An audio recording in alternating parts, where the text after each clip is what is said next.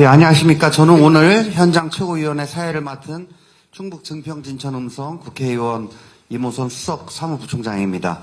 오늘 제43차 최고위원회는 대구의 지역발전과 민생경제를 위한 우리 더불어민주당의 노력을 현장에서 우리 각오를 다지기 위해서 이곳 대구를 찾아 현장 최고위원회로 개최하게 되었다는 말씀드립니다. 그러면 이재명 당대표의 개선언으로 제43차 최고위원회를 시작하겠습니다. 네, 회의를 시작하겠습니다.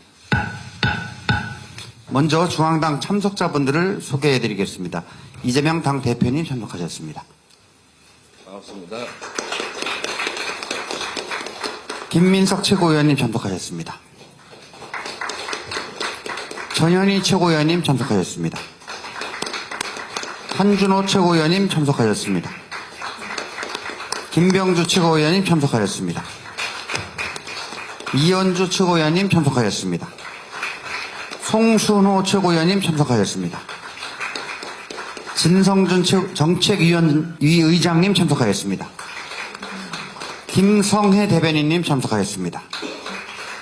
이해식 당대표 비서실장님 참석하셨습니다. 김태선 당대표 수행실장님 참석하였습니다. 이영수 전국정당 추진특별위원장님 참석하였습니다. 다음으로 대구지역 참석자분들을 소개해드리겠습니다. 중부 남구 지역위원장이신 허소 대구시당위원장님 참석하였습니다. 동구 군의군 갑 신효철 위원장님 참석하였습니다. 동구 군의기을 이승천 위원장님 참석하였습니다. 서구 최규식 위원장님 참석하였습니다. 북구 갑 박정희 위원장님 참석하였습니다. 북구을 최우영 위원장님 참석하였습니다. 수성구 갑 강민구 위원장님 참석하였습니다. 수성구을 이준혁 위원장님 참석하였습니다. 달서구 갑 장우열 위원장님 참석하였습니다. 달서구을 김성태 위원장님 참석하였습니다. 달서구 병 이준영 위원장님 참석하였습니다.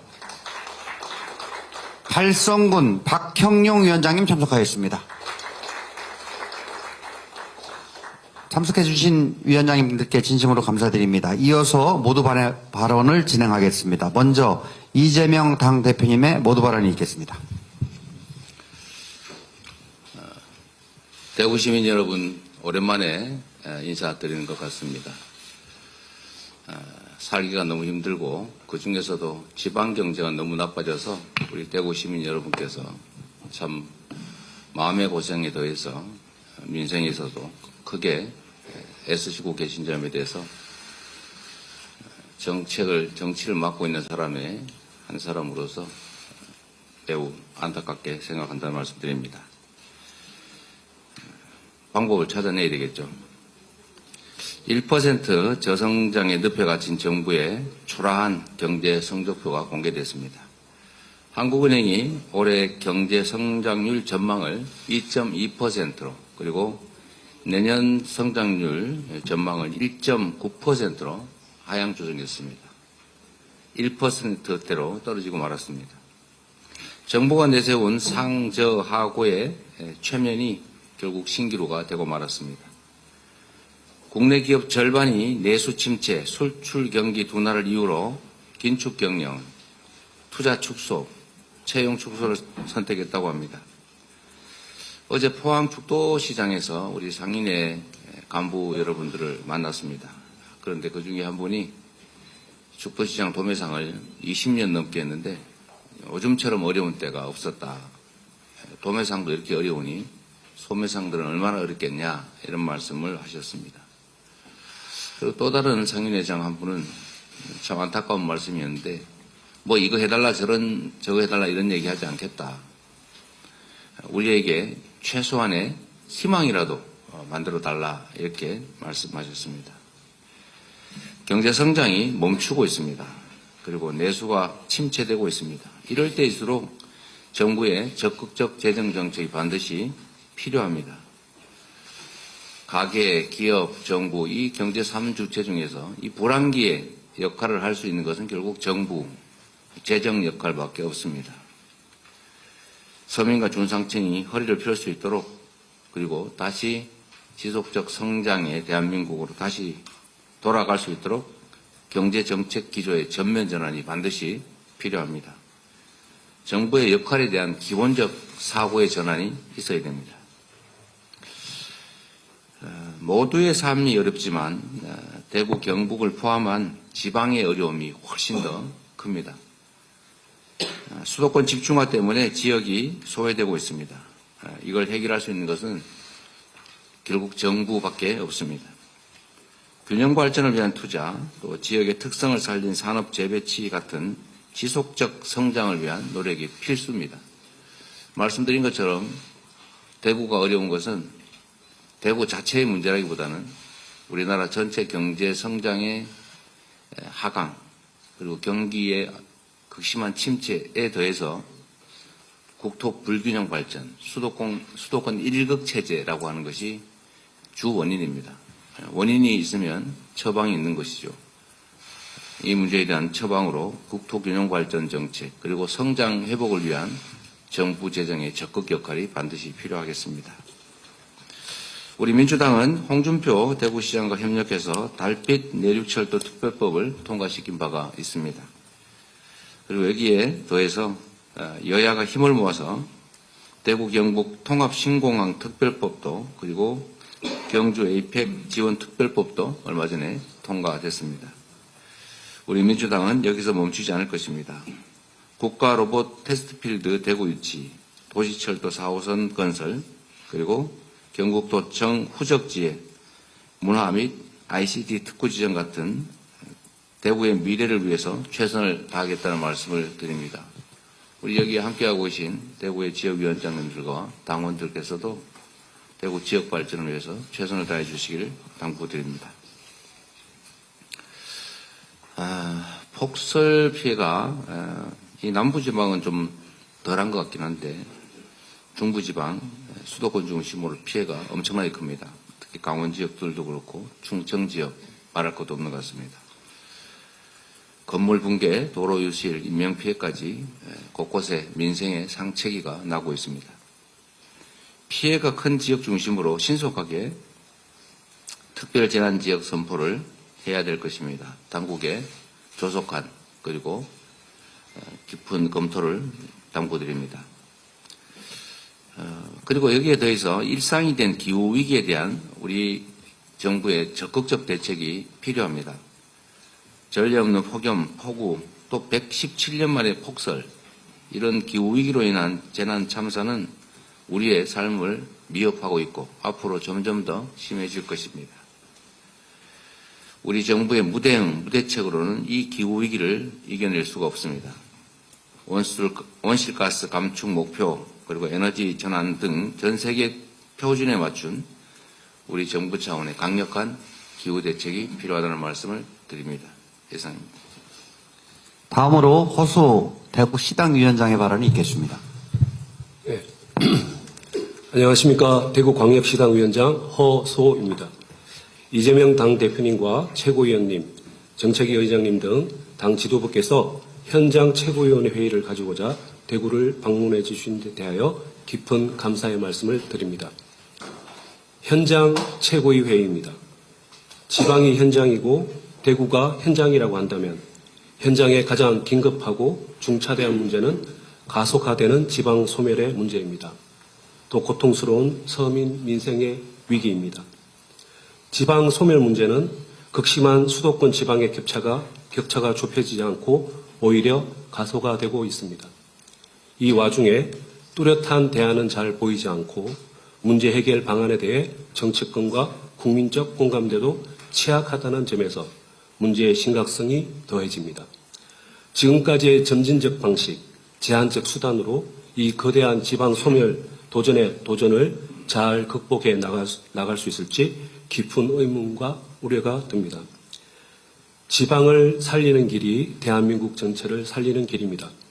지방 소멸의 가속도를 보건대 대한민국에는 시간이 그리 많지 않아 보입니다. 국가균형 발전을 당의 최고 목표와 가치 하나로 삼고 있는 우리 민주당이니만큼 오늘 당의 현장 최고위 회의를 중요한 계기로 삼아 주십시오. 국가 균형 발전을 실질적으로 이끌어낼 수 있는 유효한 비전과 대안 정책 마련에 당력을 최대한 모아주시길 요청드립니다. 민주당 대구시당도 지방 살리기, 대구 살리기에 최선을 다하겠습니다. 윤석열 정권의 국정에는 민생이 없습니다. 날로 더해져가는 서민의 삶의 위기와 고통을 덜어드리겠다는 그 어떤 진정성도 실력도 국민에 대한 최소한의 도리도 찾아보기 힘듭니다. 집권 여당 국민의힘도 별반 다르지 않습니다. 도대체 국민의힘입니까? 김건희의 힘입니까? 보수로 자처해온 국민의힘은 법치와 품격을 내버린 채 김건희 여사 방탄에만 온갖 정성을 다하고 있습니다. 국민의힘에 묻고 싶습니다.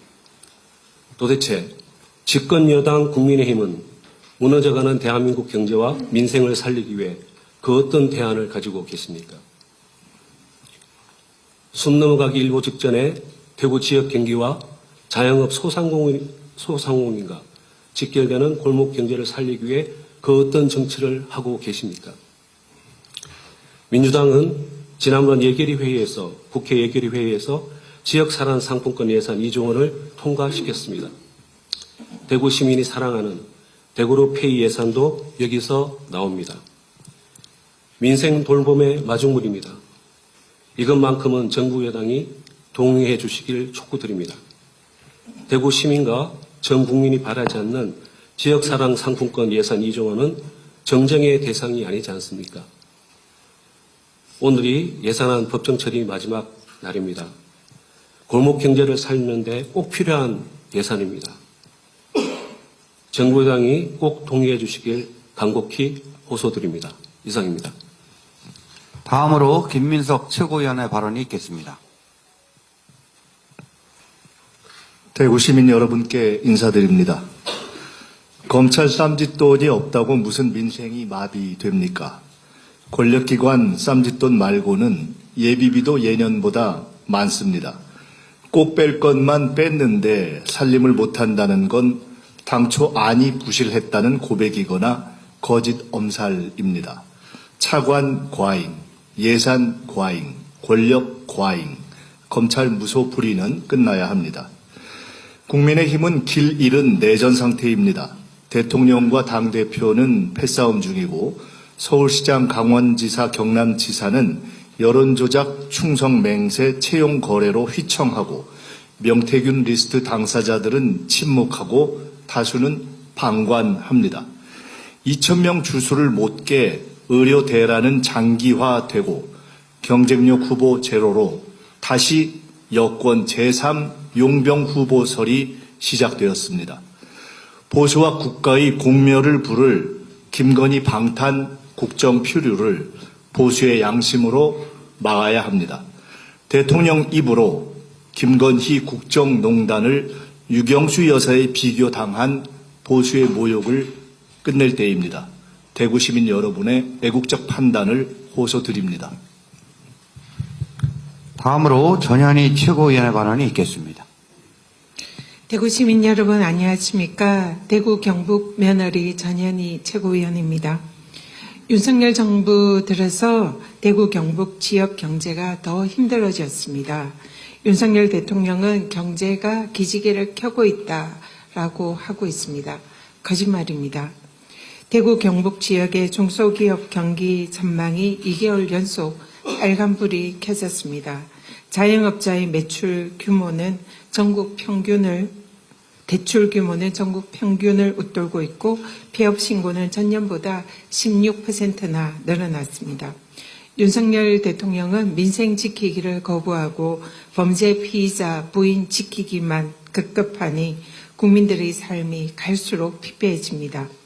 선거 때만 되면 표는 구걸하지만 정작 지역 민생을 외면하는 윤석열 국힘 정권, 이제는 대구, 경북 시민들께서 나서야 합니다.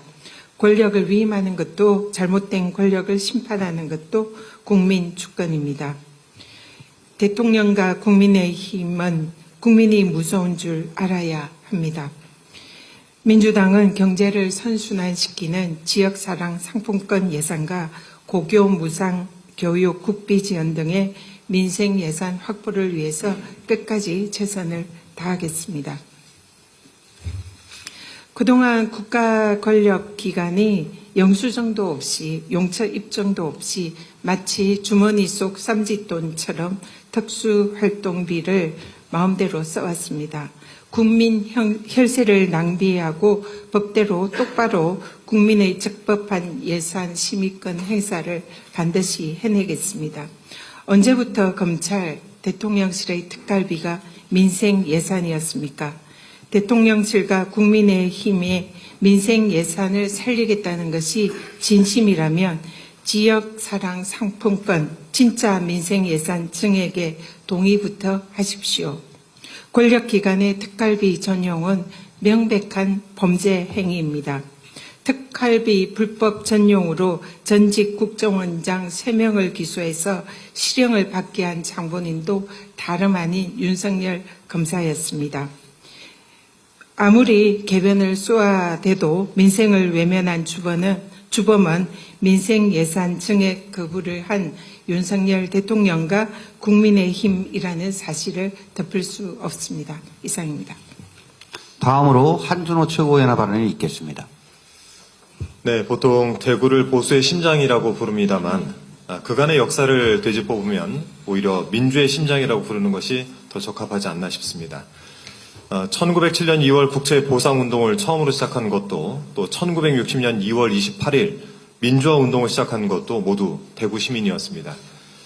대구 시민이 보여주셨던 높은 의식과 굳은 결기는 오늘까지도 이어져 내려오고 있는 것 같습니다.